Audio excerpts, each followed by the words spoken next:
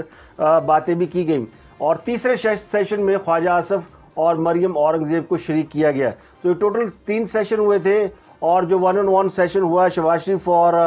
نواز شریف کے درمیان، اس کو خاصا خفیہ رکھا گیا۔ اس سیشن کے حوالے سے بتایا جاتا ہے کہ اس سیشن میں بہت سے اہم فیصلے کیے گئے ہیں، جن میں نئے آرمی چیف کا نام فائنل کیا گیا ہے، اور یہ کہا گیا ہے اس میں جو گفتگو ہوئی ہے وہ یہ کی گئی ہے کہ اگر آرمی چیف ایکسٹینشن چاہتے ہیں، جو نواز شریف نے ان سے کہا ہے کہ آرمی چیف اگر ایکسٹینشن چاہتے ہیں تو پھر ان کی ایکسٹینشن جو ہے وہ کوئی 4-6 مہینے کے لیے نہیں ہوگی، بلکہ ان کی ایکسٹینشن جو ہے وہ کم از کم سال کے لیے ہوگی، اور اگلے جون یعنی اگلا جو نومبر ہے اس تک ہوگی، اور وہ اس صورت میں ہوگی کہ جو موجودہ DGISI ہیں وہ اس دوڑ میں شامل ہو جائیں جس میں وہ آرمی چیف بن سکیں۔ ایک آپشن یہ ہے، لیکن انہیں بتایا گیا کہ آرمی چیف اپنے عہدے پر توسیع لینے کے لیے تیار نہیں ہے۔ اب تک اطلاعات یہ ہے کہ انہوں نے اس میں کوئی انٹرسٹ شو نہیں کیا، آپشن انہیں دیے گئے ہیں، اور جو 4 نام یا 3 یا 4 نام انڈر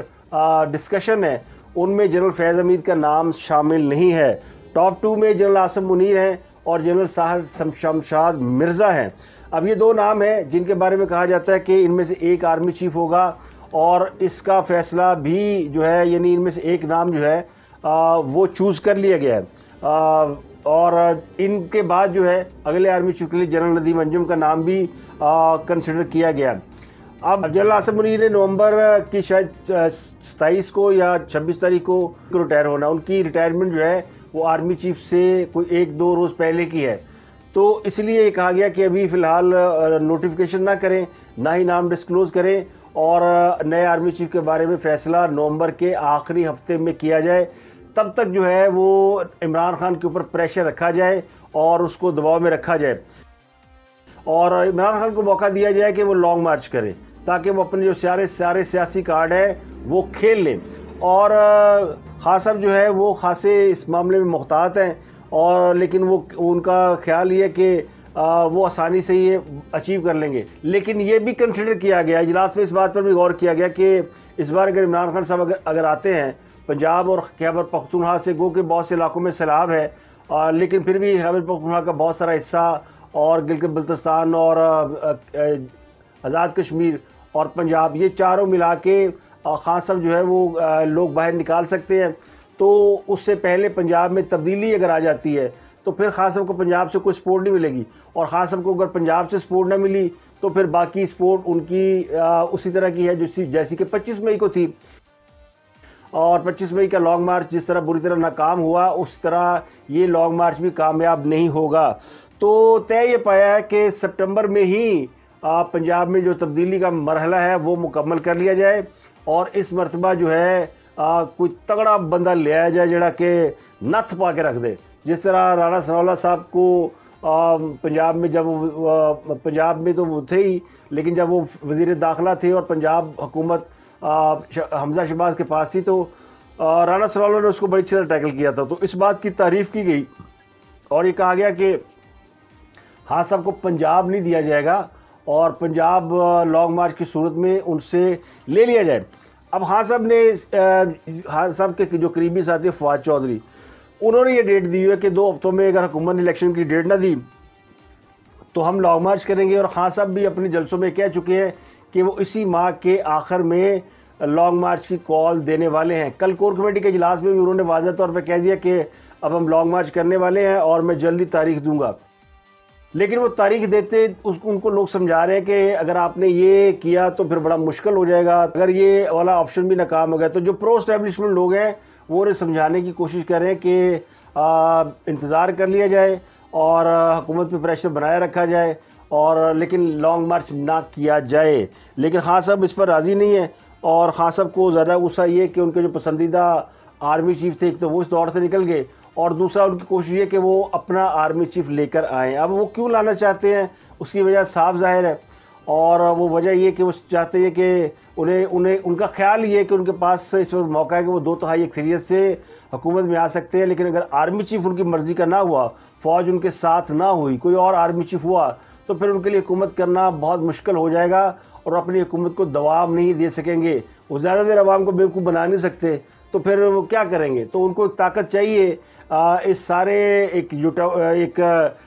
خیالی ببل کو, یہ جو اس وقت انہوں نے خیالی دنیا بات کی ہوئی ہے, اس کو قائم رکھنے کے لیے انہیں ایک سپورٹ درکار ہے. اکثر انٹرویوز میں کہہ چکے کہ وہ بہت سے کام جب لینے ہوتے تھے تو وہ ISI سے یا کسی فوجی سربراہ سے کہتے تھے, حتیٰ کہ بل منظور کرانے ہوتے تھے تو بھی ISI سے کہہ کے لوگوں کو بلاتے تھے اجلاس میں اور بل منظور کراتے تھے. تو ان کو اس قسم کی سپورٹ درکار ہے جہاں وہ اپنے فیصلوں کو منوانے کے لیے طاقت استعمال کر سکیں.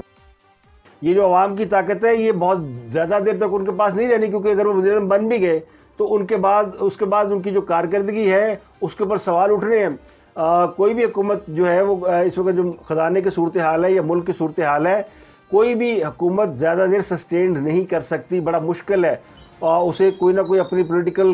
جو ہے وہ قیمت, سیاسی قیمت ادا کرنا پڑ سکتی ہے, جو کہ ابھی موجودہ حکمران اتحاد کر رہا ہے. تو نواز شریف کے ساتھ جو اجلاس ہوا, جو ملاقات ہوئی شہباز شریف کی, اس میں 3 چیزوں پہ بات ہوئی ہے. آرمی چیف کی جو تعیناتی ہے اس کے اوپر, اور اس کے بعد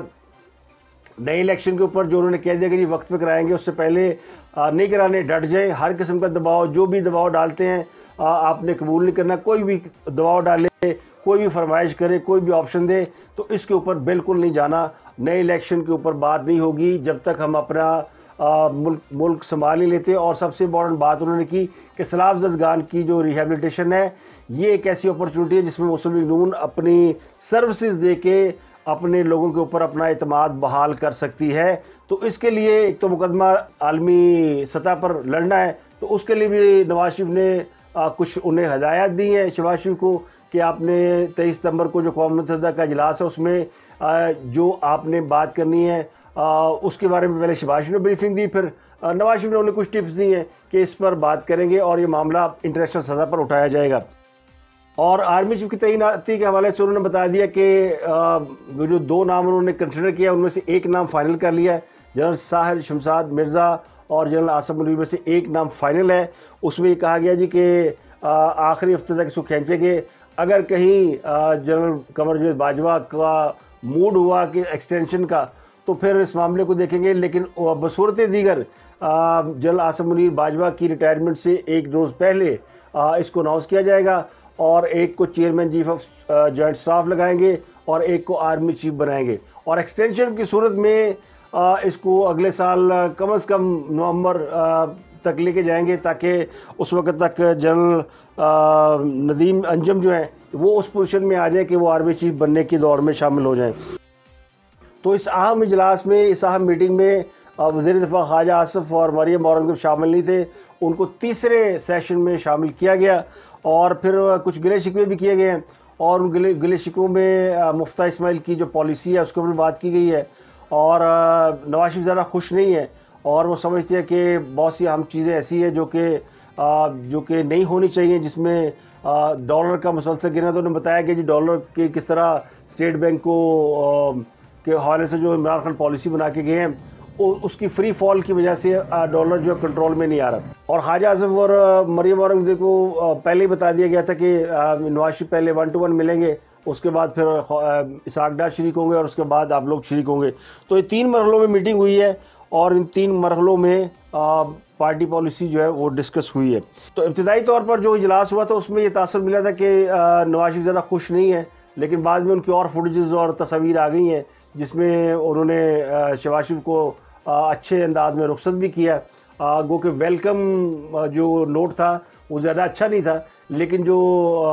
ان کو چھوڑنے گئے تو بہت سی چیزیں میرا خیال ہے کلیئر ہو گئی ہیں, اور اب وہ ان کا جو سٹیٹس ہے مینٹلی طور پہ وہ کلیئر ہے. شہباز شریف صاحب نے اپنے بہت سے اقدامات کے حوالے سے انہیں وہ جو پوزیشن ہے وہ بتائی ہے. اور اس ملاقات میں آرمی چیف کی عمران خان سے ملاقاتوں کا بھی تذکرہ کیا گیا ہے, جس کے حوالے سے شہباز شریف نے بتایا کہ یہ ملاقاتیں ان کے نوٹس میں ہیں, اور ان ملاقاتوں کا مقصد جو ہے وہ عمران خان صاحب کی خواہش تھی جس میں وہ اپنے پرانے تعلقات کا حوالہ دے کے باجوہ صاحب سے ملنا چاہتے تھے اور ان سے اپنے جو گلے شکوے ہیں وہ دور کرنا چاہتے تھے. اور یہ ملاقاتیں اس تناظر میں ہوئی ہیں, اس میں کوئی خطرے والی بات نہیں ہے. اب تک کی تو یہ اطلاعات ہے. تو نواز شریف نے اس ملاقات میں شکوہ کیا کہ جے آئی ٹی کے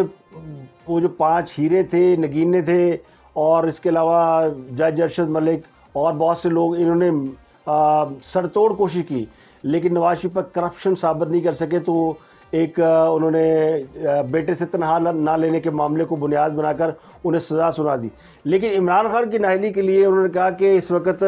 کوئی 1.5 درجن جو ہے وہ کیسز ہیں، اور اس وقت جو ہے وہ جج جو ہے وہ سزا دیتے ہوئے گھبراہٹ کا شکار ہے، اور ججوں کو پہ جو گھبراہٹ طاری ہے اور یا جج جو انہیں فیور دے رہے ہیں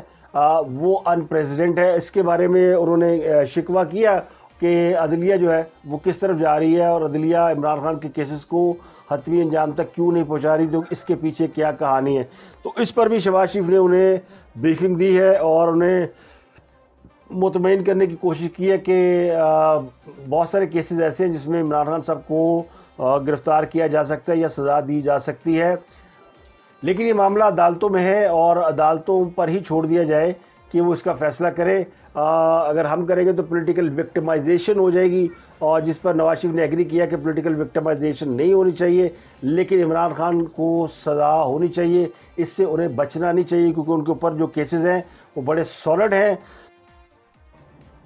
جنرل فیاض حمید جو ہے وہ آرمی چیف کی دوڑ سے اب باہر ہو گئے ہیں، اور باقی کے لوگوں کے نام جو ہے فائنل ہو گئے ہیں۔ اس کے علاوہ عمران خان کی ڈیڈ لائن کے اوپر بھی جو ہے وہ غور کیا گیا، اور یہ بھی طے کیا گیا کہ جو عمران خان صاحب کے کیسز ہیں ان کو حتمی انجام تک پہنچایا جائے، اور لیٹ دا لا ڈیسائیڈ کہ وہ کیا کرتا ہے۔ اس کے علاوہ شہباز شریف کی لندن میں ملاقات ہوئی ہے برطانیہ کے نئے بادشاہ چارلز سے، اور ملکہ برطانیہ کی آخری رسومات جاری ہیں، آج ان کی تدفین ہو جائے گی۔ تو اس ملاقات کو بھی بڑی اہمیت کی نگاہ سے دیکھا جا رہا ہے۔ برطانوی نئے جو بادشاہ ہیں ان کے ساتھ شہباز شریف کی جو ملاقات ہے، تو خارجہ محاذ پہ شہباز شریف کی جو پچھلے 2-4 دنوں کی ایکٹیویٹی ہے اس کو خاصا غور سے دیکھا جا رہا ہے، اور 23 سپتمبر کو جو اقوام متحدہ کے اجلاس سے خطاب کریں گے شہباز شریف، وہ بڑا امپورٹنٹ ہے۔ اس دوران شہباز شریف کی جو بائیڈن سے ملاقات بھی طے ہے، اور اس کی کنفرمیشن آ گئی ہے کہ شہباز شریف اور جو بائیڈن کے درمیان ملاقات ہوگی سائیڈ لائن، اور یہ منگل کو دیں گے استقبالیہ امریکی صدر جو بائیڈن، جس میں شہباز شریف شرکت کریں گے، اور فرانسیسی صدر میکرون سے بھی شہباز شریف کی ملاقات ہوگی، اور آسٹریلیا کے فیڈرل چارلز کارل نیہمر سے بھی ان کی ملاقات ہے۔ اس کے علاوہ اسپین کے صدر سے ملاقات ہے، نیو یارک ٹائم کے ایڈیٹوریل بورڈ کو انٹرویو دیں گے۔ تو شہباز شریف کی جو امریکہ کی مصروفیات ہے اس کی بھی جو ڈیٹیل ہے وہ آ گئی۔ خاصی امپورٹنٹ ایکٹیویٹی کر رہے ہیں شہباز شریف، اور یہ پاکستان میں سیلاب کے حوالے سے بھی بڑی امپورٹنٹ ہے، اور اس کے علاوہ پاکستان جو ایک طویل عرصے سے خارجہ محاذ پہ دنیا سے کٹا کٹا نظر آتا تھا، وہ جو ہے وہ بھی یعنی اب وہ صورتحال ختم ہوتی جا رہی ہے۔ پاکستان کی جو تنہائی کا جو پاکستان کے خارجہ تعلقات کے حوالے سے ایک بڑا کویشچن مارک آ گیا تھا، اب وہ آلموسٹ جو ہے وہ سالو ہوتا جا رہا ہے، اور پاکستان کی دنیا کے ساتھ جو ہے وہ تعلقات بہتر ہوتے جا رہے ہیں۔ سعودی عرب کے ساتھ پاکستان کے تعلقات اچھے خاصے بہتر ہو گئے ہیں، اور سعودی عرب نے پاکستان کو جو $1 ارب کا جو ریزرو یہاں رکھے ہوئے تھے وہ ان میں بھی توسیع کر دی ہے۔ جو پاکستان کو ایک انہوں نے لون دیا ہوا تھا، تو اس لون کی واپسی کی تاریخ ہے، لیکن اس کو بھی ایکسٹینڈ کر دیا ہے۔ آپ کو یاد ہوگا عمران خان کے دور میں $3 ارب سعودی عرب نے رکھے تھے، اس میں سے بھی $1.5 ارب واپس لے لیے تھے، اور بقیہ $1.5 ارب جو ہے وہ بمشکل جو ہے وہ فوج نے، آرمی چیف نے جا کر اس کو یعنی ایکسٹینڈ کرایا تھا۔ حکومت کو اگر آپ دیکھیں تو حکومت کی جو پوزیشن ہے، جو پوزیشن حکومت لے رہی ہے، اس سے لگتا یہ کہ ماضی قریب میں یعنی جلدی الیکشن کا کوئی امکان نہیں ہے، اور خاص صاحب کی جو ایک دم ہوا بنی تھی پچھلے چند دنوں میں جب انہوں نے back to back army chief General Qamar Javed Bajwa سے 2 ملاقاتیں کی، اس کے بعد ایک ماحول بن گیا تھا جس سے یہ لگ رہا تھا کہ خاص صاحب کو کوئی ریلیف مل رہا ہے، اور خاص صاحب کے مقدمات میں بھی ان کو ریلیف ملا۔ خاص صاحب کی خطابات بھی جو ٹیلی ویژن پہ نشر ہونا شروع ہو گئے، ان کے جلسے بھی دکھائے جا رہے ہیں، ان کے اوپر کوئی پابندی نہیں ہے۔ اس سے پہلے آپ کو یاد ہوگا جب خاص صاحب کی تقریر کے بعد خاص صاحب رد عمل آیا تھا، اور ان کو ٹیلی ویژن پر ان کی تقریر دکھانے پر پابندی لگ گئی تھی، اور اس کے علاوہ بھی اور بہت سے ریئیکشنز آئے تھے. تو اب وہ تو ان کے اوپر وہ لفٹ کر لیا گیا ہے، اور شاید ان کو کچھ نہ کچھ لیوریج دی گئی ہے. لیکن جو ان کا مطالبات ہیں، بنیادی طور پہ 2 مطالبات، وہ دونوں ریجیکٹ ہو چکے ہیں، جن میں آرمی چیف کی تقرری کے حوالے سے ان سے مشاورت، اور دوسرا وہ جو ارلی الیکشن کی خواہش کر رہے ہیں، تو یہ دونوں سے انہیں جواب ہو چکا ہے. تو اب ان کے پاس کوئی آپشن نہیں ہے کہ وہ اپنے کہے ہوئے پر عمل کریں اور اسلام آباد کی طرف لانگ مارچ کریں. اب انہوں نے یہ لانگ مارچ کے لیے 2 ہفتے کی ڈیڈ لائن دی ہے. تو اس کا مطلب یہ کہ یہ سپٹمبر کے آخری ہفتے میں خان صاحب کوشش کریں گے کہ وہ لانگ مارچ کے لیے نکلیں. لیکن اس سے پہلے کیا پنجاب میں ان کی حکومت رہے گی یا ان کا دھڑن تختہ ہو جائے گا؟ تو اس کے حوالے سے اگلے چند دنوں میں صورتحال کلیئر ہو جائے گی کہ کیا ہونے والا ہے. تو اب تک کے لیے اتنا ہی. اگلے ولاگ میں آپ سے ملاقات ہوتی ہے. اپنا گردنوا کے لوگوں کا بہت خیال رکھیے گا.